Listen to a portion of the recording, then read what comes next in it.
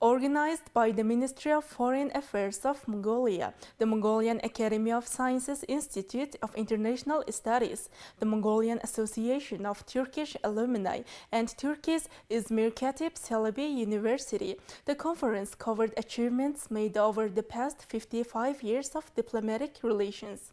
Discussions included political and economic cooperation between the two countries and cooperation in education, history, and culture.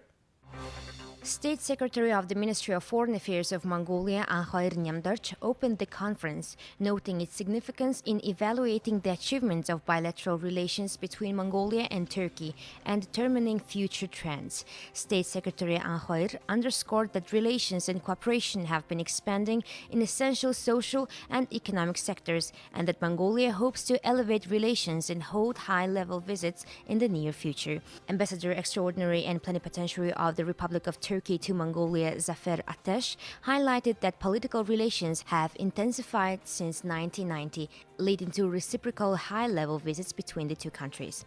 The first state visits were made by Turkish President Süleyman Demirel in 1995 and President of Mongolia Bağvend Natsikdarch in 1998. These state visits laid the foundation for establishing a comprehensive partnership which enabled intensified relations and cooperation in all sectors. State Secretary Anhayr Nyamdarch stressed that in 2013, Mongolia and Turkey set a goal to bring trade turnover between the two countries to $100 million, which was achieved in 2022, reaching $110 million. Interparliamentary relations between Mongolia and Turkey have accelerated since 2000, with members of the State Great Khorol of Mongolia and the Grand National Assembly of the Republic of Turkey holding reciprocal visits. Mongolian students have been studying in Turkey on Turkish government scholarships since 1992. At that time, 30 scholarships were granted annually, which increased to 50 in 2005 during the Turkish Prime Minister's visit to Mongolia. Talks are now being held to increase the number of scholarships to 100.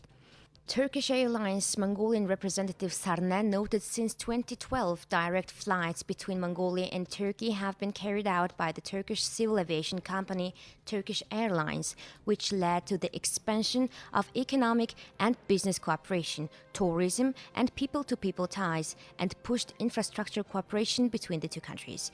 Siling, a senior researcher at the Institute of International Studies at the Mongolian Academy of Sciences, highlighted in 2014 30-day visa-free travel between Mongolia and Turkey was approved, encouraging travel between the two countries and developing tourism. According to Montsame News Agency, based on the success of cooperation and relations between the two countries in all sectors, a strategic partnership is possible. The Oha Band, known for their unique blend of Mongolia rock artistry, made their way to London, England on June 6th as part of their European tour. Their performance was a wonderful fusion of Mongolia's rich heritage and the energy of rock music, captivating the audience with a unique and memorable experience. The Oha Band started in 2016, blending Mongolian traditional music like throat singing and horsehead fiddle tunes with rock. They recently had successful concerts in Birmingham, Bradford, and Blackpool, England. Our Oha Band's tour in England has been remarkably successful. We arrived in London today. Last year, our band made its debut in England at the Bloodstock Outdoor Heavy Metal Festival. This marks our second visit, now with our solo performance. We have received tremendous support from our Mongolian fans. Additionally, this year saw the Who Band perform for the first time.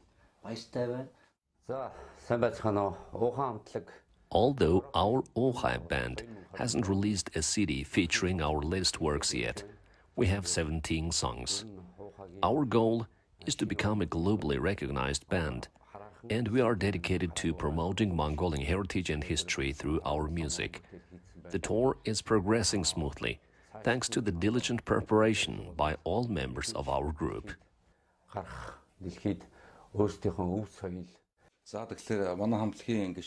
Our band members deliver electrifying performances filled with energy on a stage. We are particularly proud to announce our upcoming performance at the Nadam Festival, Mongolia's national festival. Looking ahead, our tour will extend to China. The Oha Band will continue their tour in Belgium, Germany, and France, culminating in a performance on the same stage as the renowned Metallica band at a festival in France.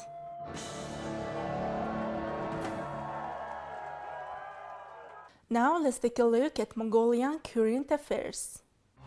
President of Mongolia Khurelsukhna will pay a state visit to the Republic of Uzbekistan on June 23rd through 26th at the invitation of the President of the Republic of Uzbekistan, Shavkat Mirziyoyev.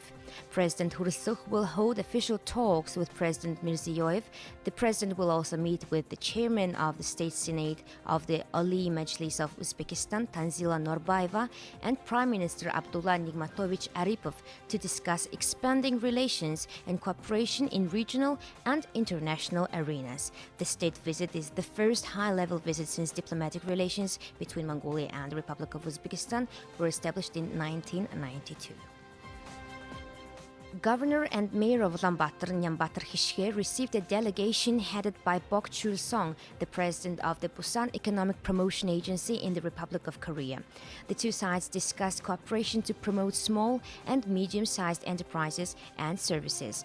Mayor Nyambatar said, since Ulaanbaatar and Busan established friendship relations in 2016, it has advanced to a comprehensive partnership, developing cooperation in education, culture, the arts, and tourism. For instance, last year, Ulaanbaatar Small and Medium-Sized Enterprises and Services Support Center and the Busan Economic Promotion Agency established a memorandum of understanding and are expanding bilateral cooperation.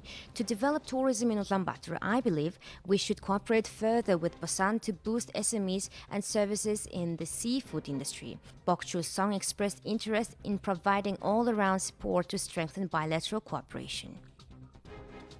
At the plenary meeting of the 78th session of the United Nations General Assembly on June 19th, a resolution initiated by Mongolia and Kenya to proclaim 2025 the International Year of Cooperatives was adopted. Since the 1980s, every 2 years, Mongolia has initiated the adoption of UN resolutions on the role of cooperatives in social development. The International Year of Cooperatives was successfully implemented in 2012.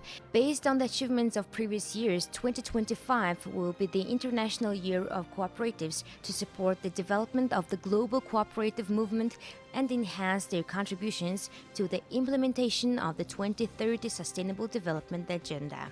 In the upcoming International Year of Cooperatives, UN member states, cooperatives, the UN Committee for the Promotion and Advancement of Cooperatives, the International Cooperative Alliance, and other parties will implement various activities under the theme Cooperatives Build a Better World.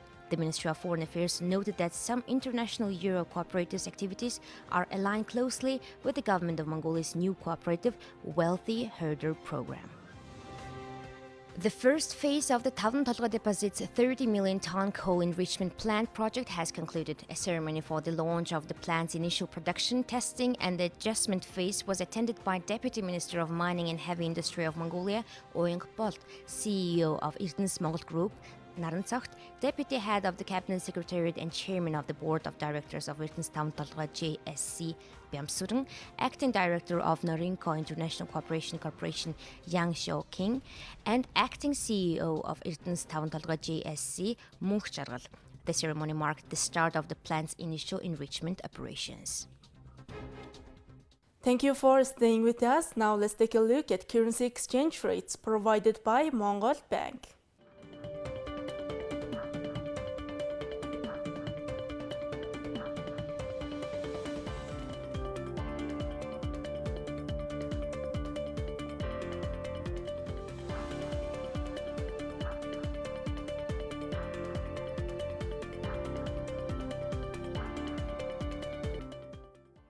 Next, our program will turn our attention to foreign news, partnered with international news agencies. Ambassador Jung-Guk Hwang, permanent representative of the Republic of Korea to the United Nations, briefed reporters Friday on behalf of the members of the UN Security Council that have joined the joint pledges on climate, peace, and security.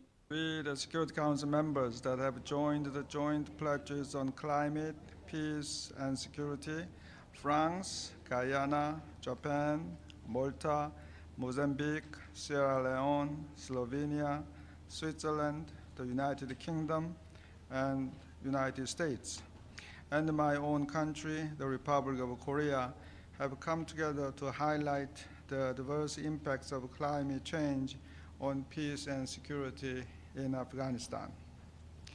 Afghanistan, a landlocked and mountainous country featuring glaciers and deserts, suffers from scarce water resources and extreme weather events, all projected to exacerbate with climate change. Decades of conflict, coupled with the Taliban's edicts targeting Afghan women and girls, have left the country with limited capacity for adaptation and disaster preparedness. The linkages between climate change, peace, and security are evident in Afghanistan. Human suffering and displacement are on the rise following climate-related natural disasters, Jungkook said. Tensions over land and water can trigger local conflicts in the absence of proper resource management.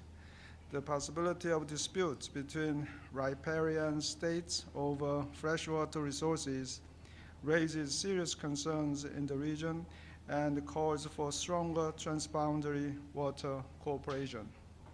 The populations exposed to climate-related risks may be vulnerable to terrorist propaganda and recruitment.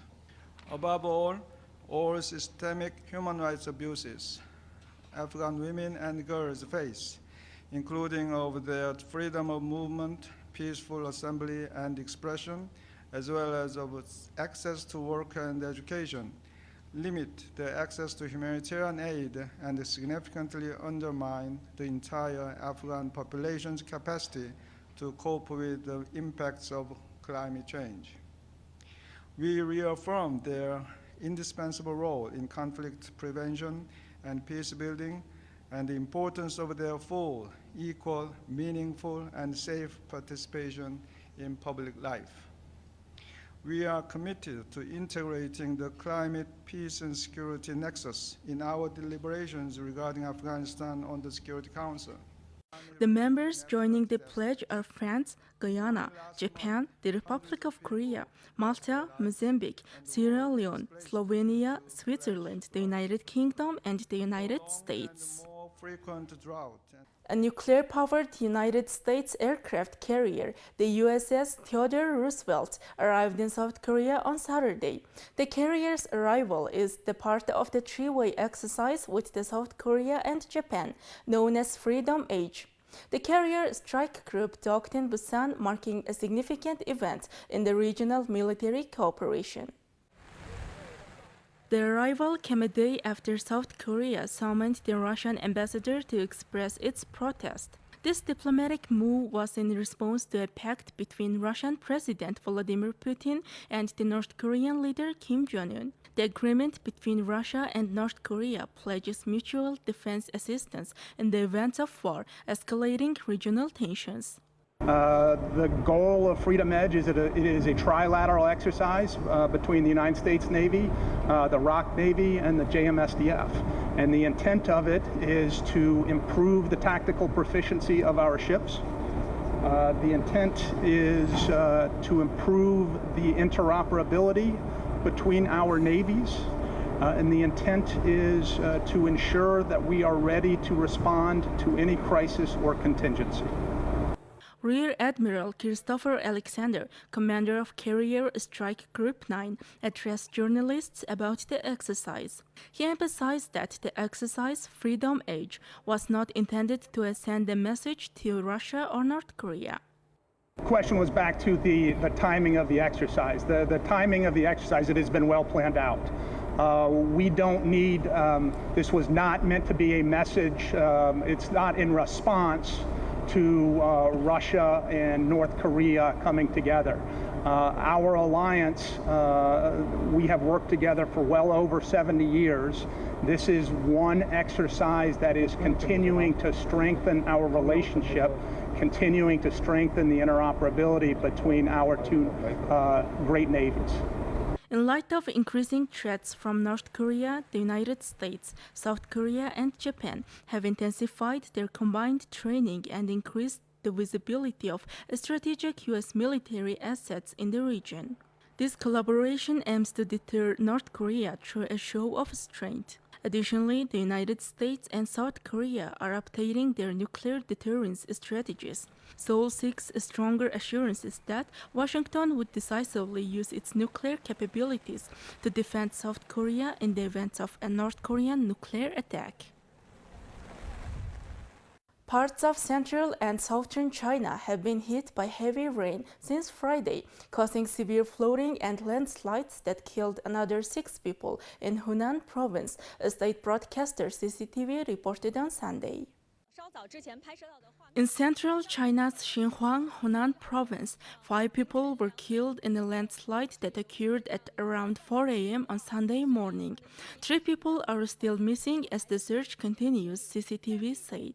In the neighboring town of Wuchanxi in Yuanling County, more than 15,000 people have been displaced after extreme torrential rains triggered severe flash floods. 1 person has died and another is missing. The torrential downpour has killed at least 47 people in southern Guangdong province and 6 in Fujian province, state media reported earlier. According to CCTV, heavy rain since Sunday morning has caused severe waterlogging in the city of Xishan in eastern China's Anhui province. Local authorities issued a red alert, or the highest warning level, for landslides on Saturday evening. More than 7,000 people have been evacuated.